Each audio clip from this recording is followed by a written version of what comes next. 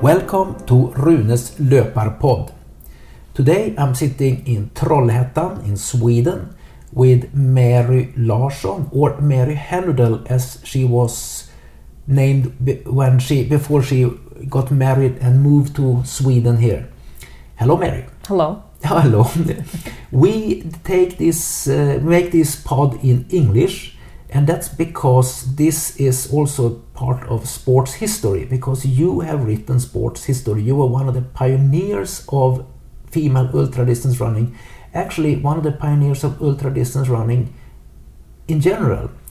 But you can speak Swedish. Vi kunde ha gjort den här på svenska. Ingen problem. Inga problem, nej. Ingen problem. Nej. För du pratar svenska. Absolut. Ja, varje dag på jobbet. Yep. Ja, but then you say more than yep. Yeah, absolutely. Yeah. We do this because you also have a great network of running friends in the United States, because you are American. And you come from Toledo, Ohio. And you lived there for the first 29 years of your life? That is correct. And for the remaining 31 years of your life, you have been living? In Sweden. In? Trollhättan. Trollhättan, yes. Oh. I know. I know you do. Well, maybe the listeners don't. Anyway, you were a pioneer. I'm going to introduce you. You have held a world record in 6-day running. You have run 12 Spartathlons. You have been on the victory podium, places 1, 2, and 3, 10 times in Spartathlon. And you have won Spartathlon 4 times. You have held 1 course record. And you have run the Sydney and Melbourne 115 kilometer race in Australia, and many other races. But most of all, you were there when ultra distance running for women started. So, going to the race that has been the race that defines you, the Spartathlon. What is your greatest, most beautiful Spartathlon memory? Well, I have quite a few, but I can pick out one. Would be in 1992 when I ran, and I brought my son, who was just recently born. I was running the race, and during the race my breasts were getting swollen with milk, and they became very heavy, and they started to bother me. So at 82 kilometers at the Canal, I decided to breastfeed. Did you have an option? I had no option, so I had to breastfeed Isaac. And so I took a 20-minute break, and during that time I was eating while he was breastfeeding. Where was Isaac before? Before he was with my brother John, and they met me at the checkpoint of 82 kilometers, and that's where I started to breastfeed Isaac for 20 minutes. And after that, it felt so relieved. I could fly towards the finish line at that point. It felt incredibly easy to run. And I actually did come to the finish line in second place. Mm-hmm. How many runners have breastfed their baby during the race and taken second place? Actually, in an 8-hour race in Norway some months earlier, you had exactly the same condition. Your breasts were swelling up so full with milk, and I was there and I held Isaac, and after 6 hours you said, "Oh, please, next lap give me Isaac and a chair," and you fed him for 15 minutes that time. And I took him, I burped him, and you took off the last 2 hours and you won the race. Yeah, I remember that one too. Yeah. Any other beautiful Spartathlon memories? Oh, I remember another one with Isaac. That was in 1996. And he was there. 4 years old at the time? He was 4 years old at the time. He was there at the finish line, and I was approaching the finish line. I had about like maybe 100 meters to go or so. He understood that it was me coming in towards the finish, and he got really kind of excited, so he took off towards me, while I took off towards the statue and him. And when he met me, he grabbed my hand, and at this point, him and I, we kind of walked our way up toward the statue of King Leonidas, and we touched it at the same time. And the finish in Sparta. You finished in Sparta. I finished with Isaac at the finish line. You finished when you touched the statue of King Leonidas. So did Isaac, but he didn't run the whole race. No, well, he was there. Yeah, he was. He got Spartathlon with the breast milk, you can say. So. Yeah, but the reason why I brought the boys or my children to this race is because I want them to experience it in a different way. I felt that the Spartathlon was a big part of me, and I wanted to share that with them. So there was a few years that I decided to take them with me. It's interesting. You did breastfeed Isaac not because of an emotional reason or to make a statement. You had no choice. You had to empty those breasts, otherwise you couldn't continue running. I thought you were even nauseated because of your was packed with breast milk. Yeah, I was becoming very uncomfortable. Oh, well, that's fantastic. But that's amazing. You have run 22 years. You were a Spartan runner. Your first Spartan was in 1984. And your last? 2006. 22-year career as a Spartan runner. You started 14 times. You had to drop out twice. That's correct. And finished 12. As I said before, took places 1, 2, or 3, 10 times, and won it 4 times. Yeah. Wow. Wow. And people here in Sweden, they don't know about you. It's amazing. And you held a world record in 6-day running, and so and you've been American champion in 24-hour running.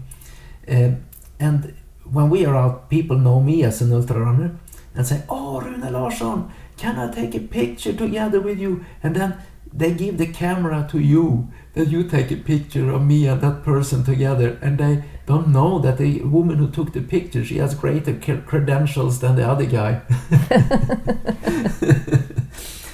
Anyway, you started out as a marathoner. That's correct. Yeah, I ran my first marathon in 1980. 20 years old. 20 years old. I took a course at the University of Toledo called marathon running. In order to pass the course, you have to cross a finish line, a marathon finish line. So you had to run a marathon. So you have academic points in marathon running? Yes, I do. Wow, that's great. Our son Zacharias, Isaac's little brother, was a year and a half younger. He's studying in Poznan in Poland. And he has academic points in weightlifting. As he's actually studying, his major is financial economics. So but he's taking this course in weightlifting, competing for the university in weightlifting. That's amazing. 2 Spartathletes' son is a weightlifter. Who would believe that would happen? Anyway, but you became quite a good marathoner. Yes, I did. I was kind of surprised myself because I just wanted to get my points for the course. And I ran my first marathon in 3:17, and I qualified for Boston. And that was a big thing because with Boston, you have to qualify. So most people that run any type of marathon, their basic goal was to qualify for Boston. At least that's how it was in the 1980s. Definitely, I know. Boston was the race. It was even more prestigious than New York City Marathon. Or in Chicago. And Chicago and all those. They had not really taken off so much. Boston was Boston since 1896. A classic. And they only allowed about 5,000 runners. And you had to qualify. Yeah. You had to qualify. Amazing. The qualifying time for men, when I ran it in 1981, was 2:50. If you could not break 2:50, you were not welcome to Boston Marathon. And I think women were like 3:17 or so. So you 3:20. It was 3:20. That was it. You qualified. Yep, I qualified. Okay, but you developed as a marathoner really quickly. What was your fastest marathon? Well, my fastest marathon was at 2:51. I tried to get under 250, but that never seemed to happen. So, But you ran 251 twice? well, yes, and then I also ran quite a few sub-3 marathons, but I could never get down below 250. And that had a biomechanical explanation. Yes, it did. Yep, called pain. Oh, well, pain is sort of something we are familiar with, but even though I will often refuse it to sort of identify it as pain. Yeah. But in your case, it was a different kind of pain. Yeah. And that was something that made you unable to run faster. Even if you could endure the pain, biomechanically, you could not run faster. That is correct. I could not run faster. Why? Well, I had an injury in when I was 16 years old, a cheerleading injury. I did the splits, and when I went down in the split position, I popped my muscle, my right leg muscle, right off the bone. It was a hamstring. Hamstring, right off. I heard a pop. And at the time you didn't know how severe it was.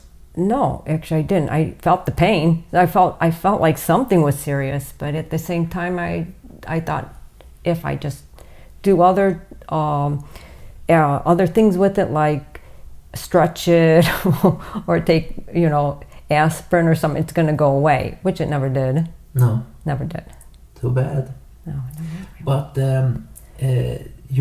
that made you unable to sprint. That's correct. And no willpower in the world could make you sprint. No. I couldn't sprint at all. And then it was also kind of weird because I could never jump high. Mm-hmm. I could never just go from the ground and just jump up. I couldn't do that. Like if somebody told me, I want you to jump over this hurdle, I couldn't do it.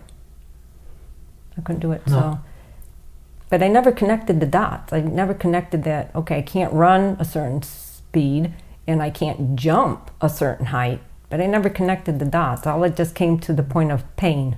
But due to this injury, you could never sort of run faster than, I think you could run like a 38-minute 10K or something, but you could not run faster. No. You could finish a 38-minute 10K completely unexhausted. Yeah, that was the strangest thing, is that a lot of my races that I would run as fast as I could, I was never really exhausted. I couldn't exhaust myself. So I had to start questioning it, but I just let it go. I didn't really put any more thought into it. Your injury happened in 1976. That's correct. And in 1999, you finally got so fed up with it that you had been gone to the doctor after doctor, and they said, well, nah, there's nothing to do about it. But then finally your rescue came in form of the very fantastic Sten Björnum, an orthopedic surgeon who had his clinic down in Gothenburg in Sweden. And he saw immediately what it was on the skeletal x-ray. Yeah, I was surprised because I just sat down for a matter of seconds. He showed me my x-ray and he said, I know exactly what it is. And I was kind of like taken back by such a quick answer because no other doctor have ever said that. We looked at the x-ray together and there it was, 2 bone pieces that I had detached from my seat bone. And the entire muscle biceps femoris, one of the muscles in the hamstring group, was completely not attached. And I remember what Sten Björnum said. There is no biomechanical way that you could sprint or run fast without an attached biceps femoris. There's sort of something that blocks it. And that was the explanation. Wait. And then you have run your entire career. You were 39 and you had run your entire competitive career, can say your best years, and then you finally could get the muscle reattached. Yeah, I was surprised. He reattached it within a matter of months. I was brand new, and I was kind of surprised at the recovery I had. I thought I was going to have pain. I had no pain. I mean, I was registering no pain. I mean, it's kind of weird to think about it, but all my life I had pain, and all of a sudden now I'm registering no pain. I was so relieved. Maybe it was luck that you disattached your biceps femoris, because you might have had a very good marathon career. You might have run so much faster, and then you could not sort of afford to run ultra. Or would you have run ultra regardless of the injury or not? Oh, that's a good question, but I think I would have ran it regardless or not, because I'm a distance junkie. Oh, but that thing about being a distance junkie, that led you into ultra. Yeah, it did, because it was about distance. I mean, the more distance, the happier I am, and the better I feel. They may call it a runner high, but I don't call it anything. I just enjoy running. And that was in 1984? 1984. I ran my first 6-day. And my first 6-day was done in New Jersey, Pennsauken, New Jersey. And I had a vacation week coming up from work. So I went up to my boss and asked, hey, I need these days off. Can I have my week? Can I take my vacation time during this week? And he said, sure. And so I decided to do the 6-day for my vacation. Wow, what a vacation trip. Oh, it was fantastic. How much was your first ultra? So you have never run beyond the marathon, and then all of a sudden a 6-day, 144 hours on a cinder track in New Jersey. How much of it, the whole event, was a competition, or how much of it was a vacation? Well, all of it was vacation. I never looked at it as competition. I never looked at it as, what type of distance. I just felt like I just want to run. I just want to run for as much as I can in a day, and I get to run the next day, and the next day, and the next day. Did you know at the time what the world record for women was? Yeah, I did have an idea what the record was, but I just thought about, I just want to run. Mm-hmm. I just want to get out there and run the whole week. That was really in the pioneering era. Yes, it was. One can say that, well, there were actually women who ran ultras in the 1970s. Yes, probably was. But you continued all the way up across the turn of the millennium, and you set your PR in 24-hour running. Was it in 2007 or something? Yeah, 2007. Or 7? 2007. Yeah. So you had a very long career. So you sort of, to me, define the American female ultra distance running, and Swedish also for that matter. Mm-hmm. Even though you didn't become a Swedish citizen until later. If you're already an American citizen, why would you also be Swedish? No, anyway, so you ran that race, and tell me about that race. How was it? Oh, it was fantastic, because it was a small group of people that were invited to run, and then I knew a few of the runners because I read about them in magazines. And you had like Don Choi. The Chinese American. Yeah. What a guy. Yeah. I would love to invite him to the pod. If I ever go to San Francisco, I think he used to live there. Mm-hmm. And I can look him up, because he probably has stories to tell, because he was a pioneer of modern day 6-day running. Yes, he was. He did many 6 days. And then you had Marvin Skagerberg. And then you have Gary Cantrell. Oh, Gary Cantrell. Hasn't he changed names? Yes, he has. Everybody knows him as Lazarus Lake. Lazarus Lake, the man who invented this backyard ultra, and father of many races. One of them is this Barkley Marathon. Mm-hmm. Rather difficult to finish. Yeah, and then you have Dan Brandon, and you have Ray Krolovich. Oh, Ray Krolovich. He's quite a character. Quite a character, him too. And he's still running ultras. Yeah, I can't believe it. Yeah, it is amazing. It really is. Actually, Marvin Skagerberg is also running ultras occasionally. You know, that's kind of funny that you say that, because I see a lot of He's over 80. Yeah, but I see a lot of the older ones that started with ultra as pioneers. They seem to stick with it. Mm-hmm. It's like something about it. It's like even you and I, we still run, but we don't compete. But at the same time, we stick with it. So it's kind of neat. We are ultra inside out. That's correct. Yeah. Oh, but how was it to share a 400-meter cinder track with Gary Cantrell as Lazarus Lake and Sinosis, and Ray Krolovich and Marvin Skagerberg and that gang? Did you socialize as you run? Yeah, we did. You kind of get really close. After being on the track for so many days with somebody, you kind of get, you talk to them, you get to know them, they support you, you support them. You just feel like a close family, actually, and that you're going through something together, you're experiencing something together, you're making history together. So it's really quite neat experience. And I would also say you learn together, because I am amazed how little knowledge there was about what happened to runners when they run so long in those days.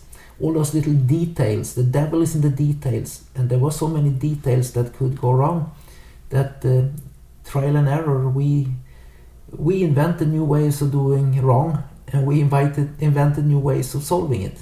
That's right. We came up with a lot of different concepts, like brushing your teeth and to brush away the carbohydrates from the teeth, and then taking salt. Yeah, that before it was like you're not allowed to take salt. Don't take salt. No, it's taboo to take salt. No. There was no written rule against it, but the physiologists that said no, don't take salt. That makes you weaker. And then we didn't, we had to rely on water or Coca-Cola, and caffeine at one point was actually on the doping list. Caffeine was on the doping list during most of our competitive career. I don't know when they lifted a ban on caffeine, late 1990s, I think. So, no, we didn't have that either. No, we didn't even have that either, so... No, what they have today is amazing. Now they have those energy drinks. They have all kind of. Well, you have your caffeine tablets. You got your salt tablets. You got your energy drinks that's loaded with caffeine. I mean, all kinds of products out there now that athletes can use and take during, after, and workouts, and even during competition. We ate food. Yeah, that was it. Grocery store food. Right from the grocery store. I think that's the best. Anyway, and then the result of your 6th day. Sorry, I didn't say the result of your vacation. Yeah, well, it got me a world record. It didn't give me a suntan, but it got me a world record, and because it kind of rained a little bit off and on. On the cinder track. Yeah. Sounds dirty. It was. No. And then after that? After that, I got invited to run the Spartathlon. Woohoo! Yeah. That's the race that defines you. Yeah. That's the race when you and I first saw each other. And I can tell you, after your first 6th day, I read about you in, I think it was either running American and English running magazines, that Mary Hannerdell from the United States set the world record in 6th day. And then you ran Spartathlon in 1984. Oh yeah, that was the 2nd year that they had the race on. Tell me about Spartathlon. What is Spartathlon? Well, Spartathlon is a distance of 246 kilometers, and we start off in Athens and we head towards Sparta.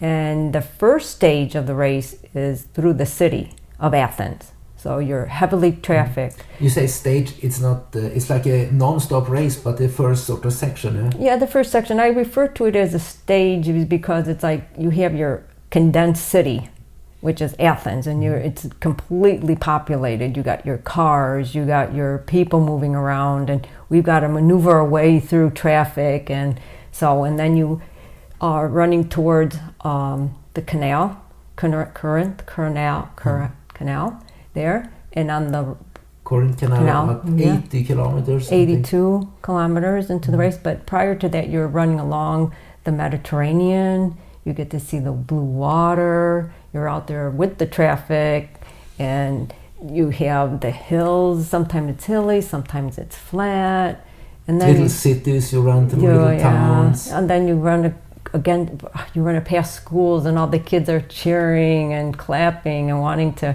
smack your hand, high-fiving it all the way. And everybody's so enthused. It's almost like a holiday for them. They actually come out from the classroom to stand on the street to cheer you on. And then you get people from the local pubs coming out, the bars or little cafes and little grocery shops, and they're on the side cheering you on. Isn't that lovely? It is. And then you come out on Peloponnesos. Mm-hmm. And then it becomes quiet. Everything changes. It's like night and day. It's like completely quiet because you don't have heavy traffic anymore. You're out on the countryside. You see the olive orchards or the vineyards, and you see you have mountains surrounding you, and you're just out there in nature. Mm-hmm. It's actually relieving. Little villages. Little villages, but it's actually nice to you don't have that heavy concentration anymore that you require to run through a big city. You can finally just relax a little bit and have your own thoughts, basically. So it was fantastic. And then you're surrounded by the mountain, and then you come up to some ancient ruins. Yeah, we actually run by ancient Corinth, where the Apostle Paulus wrote letters to the congregation there. Yeah, I know, it's so beautiful. And then you're continuing to run, and you're surrounded, and when you're running towards, let's say, Sangas, which is one of the mountains that we have to climb. The tallest mountain. The tallest mountain that we're going to have to climb over. At night. Dark. I know. And then what's really kind of neat about it is because it's really weird because you're running in the dark, but then you can sense something magnificent or something huge in front of you because the sky kind of gets a little more darker off in the foreground there. And you can see things on the side like little villages, little lighthouses, and you can see this clump of lights, and that's a little village. But when you look towards Sangas, you just see this big dark, and then occasionally a little light, and that's a runner. Okay, that's a runner. And then you kind of watch the little dot kind of go up the hill, and then all of a sudden it goes over and you don't see it anymore. So it's fantastic. It's beautiful. And those little villages, Caparelli, Lirkia. Oh yeah, and then when you come in at night, it's so festive. Everybody's having dinner, and they're grilling, and they're offering you like little drinks, like here's a beer, or here's a little alcohol or so, Sounds like a vacation, Mary. Yeah, oh my God, it's fantastic. And then into Arcadia, at the other side of the Sangas Pass, Sangas Mountain. Then it becomes quiet. Dogs barking in the farms, and in the distance you see light on the road in the distance, and it's not cars and not runners. It's an aid station. It can be an aid sction. They have a light. And then you're hoping, do they have coffee? Do they have coffee? And nowadays we can't drink coffee. No, as I said, but during our prime years, caffeine was on the doping list. Yeah, so it had to be instant soup. Yep. Oh. Well. That was still good. For that. Yeah. And then a new day dawns. And it's cold though. It's cold. It can be really cold. It's cold, and you're hoping the sun comes up as quick as it can. Then it can be really, really warm during the day, and it can be cold at night. In 1993, there was like only 6% humidity, and it was more than 30 degrees in the shade and no shade during the day. And it was just a few degrees above freezing at night in Arcadia. Wow. What a difference in temperature. Yeah, but then you know that you don't have a full day of running. No, you know that. Because you have to finish before 7 o'clock in the evening. Exactly. If you don't, then you have not finished Spartathlon. No, you haven't. 36 hours is the time limit. And that is because Herodotus writes about the courier Philippides, in whose footsteps we run, 490 before Christ, 2,500 years ago, 2,510 years ago actually now. And he set out from Athens to run to Sparta to ask the Spartans for help when the Persians threatened Athens. And he came to Sparta the next day.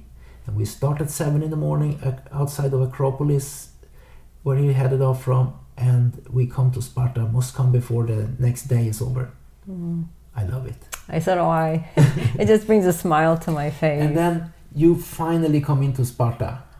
Oh, yeah. And then you see the statue of King Leonidas. And you cannot keep your emotions from, you just feel elated. You really have this incredible feeling of achievement, that you're there, you're making it, you're going to do it. It's fantastic. And the people in Sparta, they really help enhancing the spirit of it. They come out of there early in the morning, and they are there clapping in the runners, and all day long people are cheering you on. It's fantastic. It really is an experience that we can't justify it by describing it, but we just hope we can. But it's a fantastic experience. It's very difficult to describe. And you have done that 12 times. Oh, and I wish I could do it 12 more. It's too late now, man. I know. No matter how we train, I know. we are worn. We are worn. Worn spar athletes. But then in 1985, that was the first time I participated in Spartathlon. And I have read in American and English running magazines about Mary Larsson. So I knew about you before I first talked to you. And first time you and I exchanged words with each other. Do you remember when that was? Yeah, that was on the bus, right? You were holding a bag of... Back from Sparta. We had run the race. We both finished the race. You won. Yeah. I took 4th place among the men. And on the way back on the bus stopped at the Corinth Canal. Yeah, and you bought some kind of figs? Figs. I was always hungry. Yeah, and you offered me one, or I might have asked you for one. And then I said it was good for the iron levels. No. That was it. That was all we talked about. But I had read about you, and I admired you. Wow, Mary Larsson. There's the real Mary Larsson. Yeah. Wow. And one day I was going to sit here doing a pod with her. Amazing. Anyway, so then I fell in love with the race. Oh my God. Who couldn't? You couldn't. You couldn't help but fall in love with the race. I had read an article about an English journalist in 1984, the year before I ran my first time. He had actually, as a journalist, reported from the Olympic marathon race in Los Angeles, 1984. 1 month later, he did the same thing with the Spartathlon. And he wrote a fantastic report about the Spartathlon that completely inspired me. And he wrote, if he had never seen anything as spirited and fantastic at the Spartathlon. And if he could choose between winning the Olympic gold medal in the marathon or winning Spartathlon, he would choose to win Spartathlon. And I think, oh my God, that must be the race in the world to win. And you won it 4 times. Yeah, I'm really happy just to experience it. It's a fantastic experience. You can't buy that experience. But I have noticed one thing about you. You don't care much about your winnings. No, I really just care about experiencing it. I'm happy to have participated. I'm happy to have finished. Oh my God, you sound so Californian. I just care about experiencing it. Yeah, because that in itself is worth so much. You heard an old joke from the 1980s. How many Californians does it take to screw in a light bulb? No. 4. 1 that screws in the light bulb and 3 who experience it. I was a Californian at the time. Oh, that's funny. Yeah. And then came 1986. That was the really warm year. You took 2nd place after Walter Reisert. Yeah. And then there was the year of the earthquake and then the stones. And then 87 you didn't run. No. I did 88. Wow, yeah, that's when you dropped out. But you should never have started. No, I shouldn't have started. I have never seen a more injured runner in my life at the starting line. Yeah, well, nobody told me that I couldn't run. You just had to do it. I just had to do it. You suffered a terrible accident that could have ended your life, and it could have definitely ended it should have ended any other runner's running career. But it didn't. It didn't in mine. What kind of accident was that? I had an accident in 1988. In the month of March? In the month of March, on the 24th. I was running a Westfield run, and that's a run from Sydney to Melbourne, about 1,000 kilometers plus race. And an accident occurred on the 24th of March. I was running early in the morning. It was 10 after 5 in the morning, and I was heading on my way towards Traralgon, and I only had less than 200 kilometers to go to the finish. At this point, I was in second place, and I was completely ready to, give it my best shot at this point. And while I was running, I noticed that the light, because it was dark in the morning, 10 after 5 in the morning, I was running, and it started to get really light in front of me, and I didn't understand why it was getting light. And I just thought it was a vehicle going to pass. And so I kept on running, and I kept on getting even lighter, and I got kind of nervous because I thought if this car didn't pass, something's wrong. So when I turned around to see what was going on, I read my name on my support vehicle, Mary Larsson. And when I read my name, at that point, the vehicle hit my back, threw me to the ground, and then my support vehicle just stopped the car, or my body stopped the car. But for whatever reason the vehicle stopped, it stopped on my foot, my right foot. And at that point, somebody came out and said, "She's under the wheel of the car.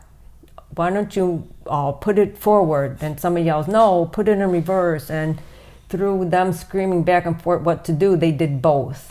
They panicked. They panicked, and they did both. They went forward, they went back, but they never rolled off the foot. They should have taken the wheel jack and raised the car up and pulled you out. Yeah, they should have, but in the panic they didn't. They just scraped my foot back and forth. And by scraping my foot... Smashed it. By scraping it back and forth, they actually severed my tendon. And there I laid on the ground until the ambulance came. And then the ambulance came, we drove off towards Traralgon, but Traralgon's a little city, a little town. And they had no surgeon at the time. So they had said, no, she's got to be transported up to Melbourne. And during the transport, she's not allowed to have any medication for pain. You only can use ice.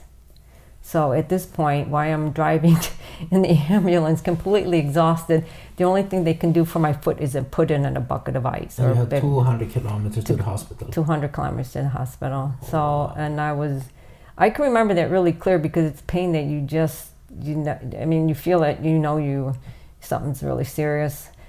So once I got into the Alfred Hospital, I had the best surgeon on hand, but then he said, unfortunate that they couldn't save the tendon. The tendon that was shredded. That was shredded. It was really shredded. So I spoke to him, and after the surgery, and he said that there was no way we could have saved that tendon. He said if you take a nylon rope and you stress it, you strain it to the max, and you take a knife and you start hacking on it, and that's what happened to the tendon. You said all those little threads fly all over the place. There was no way you could patch it up. She will never run again because she will never be able to fully dorsal flex the foot, bend it up. And I was crushed to hear that, because I knew what running meant to you, that you would never be able to run again. Fantastic sorrow. Mm. And then I was there for 3 months in the hospital recovering, because it was a skin graft. Mm-hmm. So I could not be transported to the U.S. I had to wait for 3 months in order for it to heal. Mm-hmm. So I laid in the hospital. I would literally laid in bed for 3 months. honor to Westfield, though, that they picked up your medical bill. Oh yes. Otherwise, you everything was an accident. I blame nobody. I have no bitterness or nothing. Accidents happen, and fortunately, this is what happens. So I'm not bitter by it or anything. But you could come back as a runner.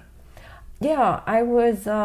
Defied doctors' diagnosis, the prognosis. I just think How dare you? Because I never thought of it that way. Those thoughts never entered my mind that I could never run again. I never had a thought like that. I never thought of it that way, that I will never run again. I only thought about how do I run again? What do I have to do biomechanically to get me running again? That's how I thought of it. And how did you do it? Oh, trial and error. I got out there and I started running, and I kind of let my body kind of give me an idea of what I needed to do. And there was many times that I fell. That was probably the year that I fell the most, because I kept on tripping over myself. And did you develop a new way of running? Yeah, I did. Actually, you invented a new running form. I had to in order to run, and that was to use my hip more. So at one point, after so many trials and errors, your body starts to give you an idea, well, if you did this, if you lift up from the hip, that would be easier. So I started to develop it and try to become strong at doing it, and I did. Now you had a disattached hamstring muscle that stopped you from running fast, and now you had a smashed foot that you could not fully control with a dorsal flexion. Yeah, because it happened on the same leg. That was a bad leg. It sure was. There was no symmetry. No. And the interesting thing, talk about symmetry, the sound of your running stride was asymmetric. I could hear, oh, there's Mary. Dick-dunk, dick-dunk, dick-dunk, dick-dunk. Like your left foot sounded one way and your right foot sounded one way. Mm-hmm. So it was asymmetric. Mm-hmm. But just half a year after your accident, and 3 months after you were released from the hospital, why did you come to Spartathlon? Because I loved the race. I just couldn't be away from it. I had to give it a try. I figured I can give it a try. So I really gave it a try, and I did not complete it. I think that you went there just because that was part of your mental healing process. Yeah, I think so. Not your physical healing process, it was your mental healing process. That this is what I want to come back to. Well, that's funny that you say it, because the accident happened actually when I was in that form of thought. I was competing, and during that time, once the accident occurred, my mind was to get to the finish line. And so once I was drove into the hospital, I never gave up that thought about finishing the Westfield, actually. So I kept in the back of my mind that I will come to the finish line someday. So I think that's probably why I decided to run the Spartathlon, just to get back on the horse, if one could say it that way. But you finished the Spartathlon. Yes, I did. In 2018. Mm-hmm. I was there. Mm-hmm. It's a beautiful story. Exactly to the minute. You had a road book that the support crew were keeping for you. Yes. They had to do that for every runner. Yeah, we had to be accountable for our time and distance. And in the road book, it said that exactly where it was the accident happened. 10 minutes past 5 in the morning on the 24th of March 1988. To the minute, and at its exact place, 30 years later, you started off running in the same clothes as you had at the accident. Yeah. I can't believe, that was a very emotional day for me. It was coming to a full circle now. I really felt like, this is it. This is going to be an experience, and it was. I really enjoyed it. I'm glad that I did it, to come to the finish line. I'm really happy that I came into Melbourne. 5 stages. You ran it in 5 stages. Right. I supported you. Yes. With a rented car. Yeah, that was the best. That was really a nice thing. And then you came in dressed with Westfield run clothes, in the Westfield shopping mall where the finish had been. Boy, did it look different. Yeah, very fancy, beautiful, Yeah. extremely beautiful. The most beautiful shopping mall I've ever seen. Yeah. And a security guard came out. Hey, what are you doing here? Yeah. And then he found out the story and said, oh, I gave you tickets so you can go and have a lunch at any restaurant for free. That's on Westfield. Yeah, that was fun. So you are the champions of coming back. Yeah. And well, then you were back to Spartathlon. And then you had the Spartathlon in 89. Yeah, in 89. And then in 89. Yeah, I ran. And then I also ran in Sakura. But there's something very special about the Spartathlon of 89. I can tell. Because you tend to diminish those things that are so significant, at least to me. 1.5 years after the accident, when you were told that you can never run again, you had to pick some other activity, but you should not do running. You run Spartathlon, you win the race, and you run your fastest Spartathlon ever. Yeah, I think it's because of having it so boggled up. Like I got hit. I got hit by a vehicle during competition, so I had that mindset still going about running and competing and finishing. And so I think that helped me motivate me with my other races to come to the finish line and try to finish and give it my best. So yeah. That race, I observed you. You run on so much bottled up energy, mental energy, so much desire to come back as a runner that I've never seen anything like it. Okay. I finished second that year. I was resting in the hospital and I was worried about you. I didn't think you're gonna finish. I didn't think you could actually train yourself back to that. And someone, organizer, came out, come, Mary is in Sparta, she's gonna finish. And I jumped like a Lazarus out of the hospital bed, pulled out the IV transfusion going from my vein, said goodbye and thank you very much to the hospital in Sparta, and was taken in to the finish, and there you came running, the happiest person I've ever seen. And that was the first time in my life I was emotionally moved to a lump in my stomach and a tear in my eye by anything that I've ever seen in athletics. I've been standing on the victory podium in 1987 and 88. They played the Swedish national anthem and everything, and I was thinking back about what I had done and what a fantastic thing it was. And I wasn't the slightest emotionally moved, but I was when you finished in 1989. Yeah, well, laying in the hospital for 3 months after an accident like the Westfield, I was sitting there and I was just wanting to be physical, just wanting to get out of bed, and just not being able to get out of bed. That bottled up so much emotions and so much energy that the years after that, I just ran with that type of feeling that, no way am I ever going to be put down again. You were Spartathlon. Yeah. In 1992, Valentine's Day. Yeah. Oh, that was such a nice Valentine present. I delivered Isaac, our first son. You got our first child, and I was standing there in the delivery room next to you, coaching you through the whole thing. Come on, Mary, yeah, push it out. No, I didn't. I was actually taken by the experience. I saw it, and then I saw you went through that struggle. I saw that was not easy. And finally, Isaac was laying there on your belly. You were totally exhausted, and Isaac was laying there. He was sort of smeared with fat and blood, and umbilical cord still attached. And you were breathing, and Isaac was crawling there.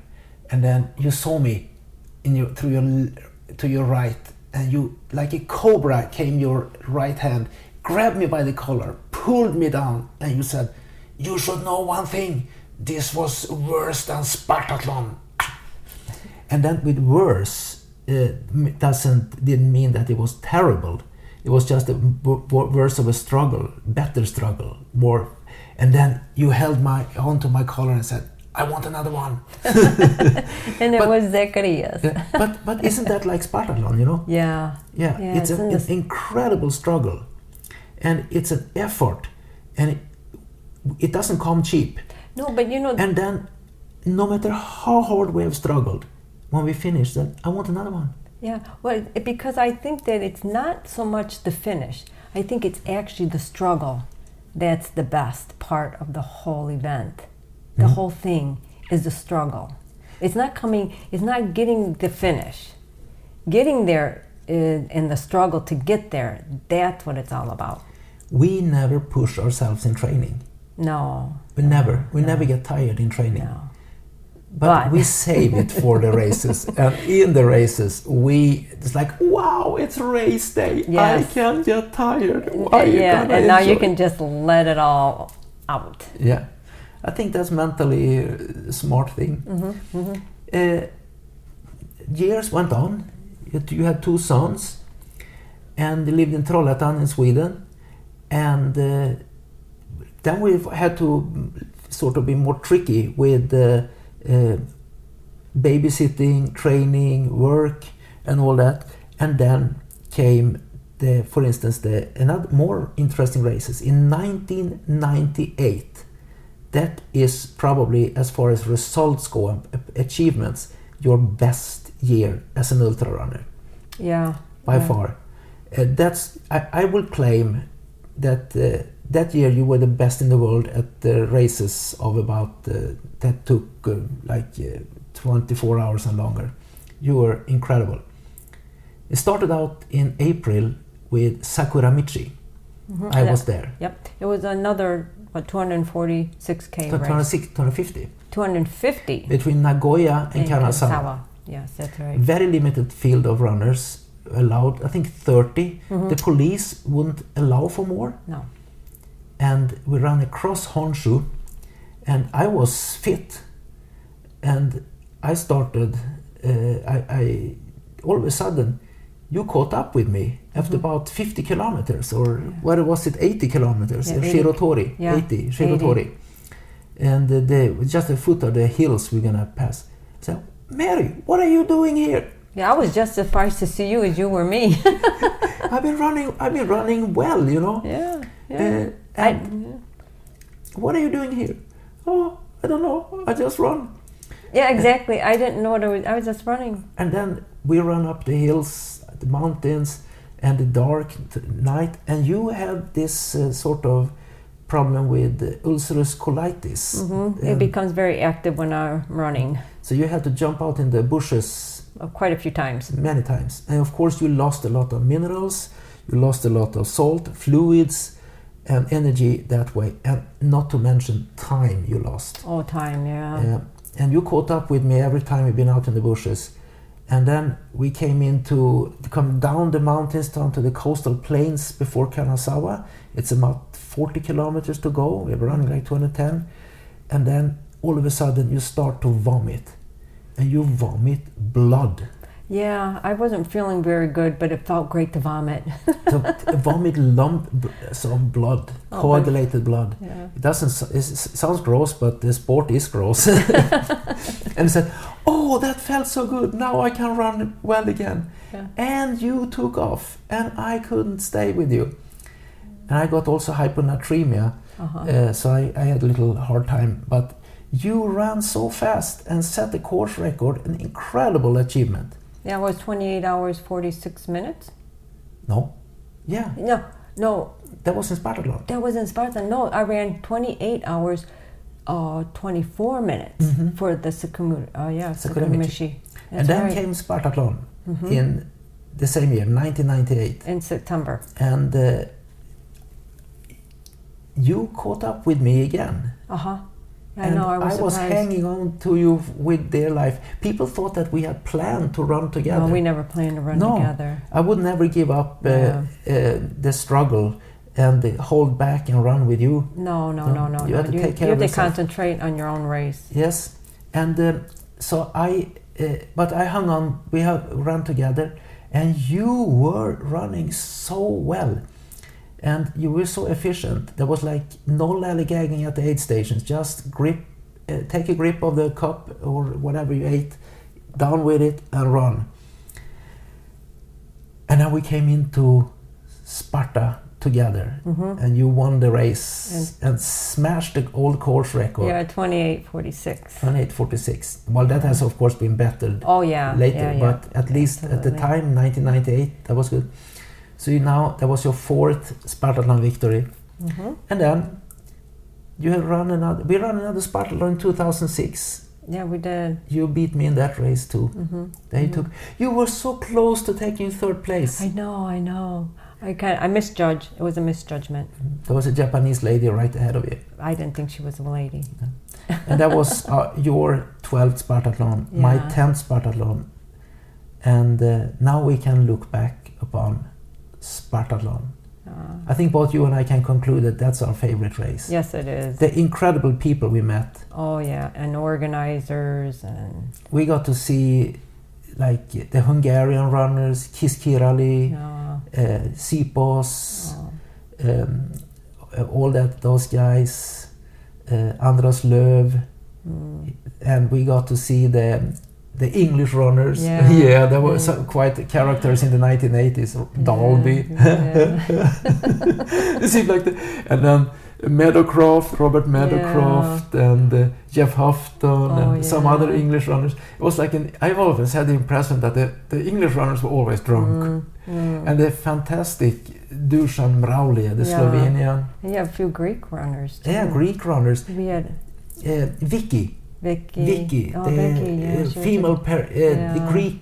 I think it's the first Greek lady who finished Spartathlon. And then you have Mario. Marios, the guy who cures injured birds. Yeah. Oh yeah. The bird sanctuary, and then Mr. Spartathlon himself, Seppo Leinonen from Finland. Yeah. He even learned to speak Greek, That's fantastic. Seppo is probably the most Spartathlon runner, even though a guy like Hubert Karl might have finished more Spartathlons, and then Seppo. But for many people, Seppo sort of symbolizes the spirit of Spartathlon. Yeah. And all the organizers. Oh yeah. Fantastic organization. Yeah. And all the doctors, all the test tubes of blood that we donated. Yeah, and the altar of science. And friends we made, like Bas and George. Bassi and George and the whole Kleinos family. Organizers. George is always there at the pre-race briefing and always there at the end of the race. And fantastic. We were part of it, Mary. I know. We were part of something fantastic. Yeah. And we have seen it develop. Yeah, we have. Do you regret anything? No, not at all. No, not at all. You know what I regret? What? Not taking salt earlier. I regret listening to that time those scientists saying that the sweat contains less salt than your body fluids. Therefore, you should not ingest salt when you are running long races, because that will make you weaker. It was the totally opposite. And I'm very sensitive to hyponatremia. That's one thing I regret. Actually, that's maybe the only thing, because I could have had more fun in the races without hyponatremia toward the end. Yeah. Well, Mary Hannerdal, alias Mary Larsson, mother of 2, Isaac, 28 years old, Zacharias, 26. They didn't become real runners. Well, they're not competitive, but they do run. They run, and they are extremely fit. Yes. I mean, Isaac, he has a Men's Health cover body. Yeah, and Zacharias. And Zacharias, he is more muscular, and he competes in weightlifting in Poland. Who would believe that? But they, both run their first marathons when they were 13. Yeah. We never forced them. Nope. We tried to convince them to not do it. Yeah, they did. They had an early career, actually. They ran their marathon and 50Ks. Yeah. Early on, so maybe now it's time for them to concentrate on something else. We didn't force them to their own happiness. They still have to discover that. Well, Mary, we have been talking for 1 hour. It's been fantastic. I have always said that if I write a book about my running and my adventures that I have done, it can possibly sell in 3,000 copies and interest very few. But if you write a book about your running life, if you write a book about how it was to be a pioneer in ultra distance running as a woman, and most of all, how it has been to come back from all those times when you have been counted 10 and out from running, and you always get up and come back. It symbolizes one time when Isaac was maybe 3 years old, and you were gonna go for a run, and Isaac freaked out. Yeah, he did. He thought that you were gonna be gone and gone forever. I don't know why he thought so. And he was crying hysterically. Yeah. Mama, mama, mama, don't go, don't go. And you went for a run, maybe you were gone for 2-3 hours. And then when you opened the door, he ran towards you. Mama, you came back! Yes, and he hugged me. Yeah, and he never wanted to let go of you. No. But that's so that Mary, you came back. You came back as a runner. Your story would be more inspiring than anyone's I know. So why don't you write a book? Soon. No, I've been trying to convince you to do so for so many years. Yeah. Your book would sell big time. Mine would just be for the nerds. If I ever write another book about my running years. Anyway, Mary, how do you run these days? I just run back and forth to work for myself and enjoy the activity. I follow you to work. Yes. Sometimes so you don't have to run early in the morning in the dark. And you enjoy that? I love it. I love it. I will never stop running. And you kayak? And I kayak. I paddle the coast. And the river here in town? And the river in town. Was it 2017? You and I paddled 1,520 kilometers that year. Oh, that was a fantastic year. It was more than 1,000 kilometers of paddling. 1,500. But we still define ourselves as runners. Yeah, I know, but it was fantastic. It was a really nice summer. Okay, Mary Larsson nowadays. American citizen, dual citizenship. Are you Swedish? Yes, I am. Are you English? Are you American? I'm dual citizen. Dual citizen, just like our sons. Sons, yep, dual citizen. I also feel American because United States gave me free education at the university. I paid me doing the most fun thing I know, running. Been very interesting to talking to you. Thank you. Even though I talk to you every day. And you're fantastic. Thank you. And honor to be married to you. Oh, thank you. And I hope that you haven't run your last race yet. No. Okay.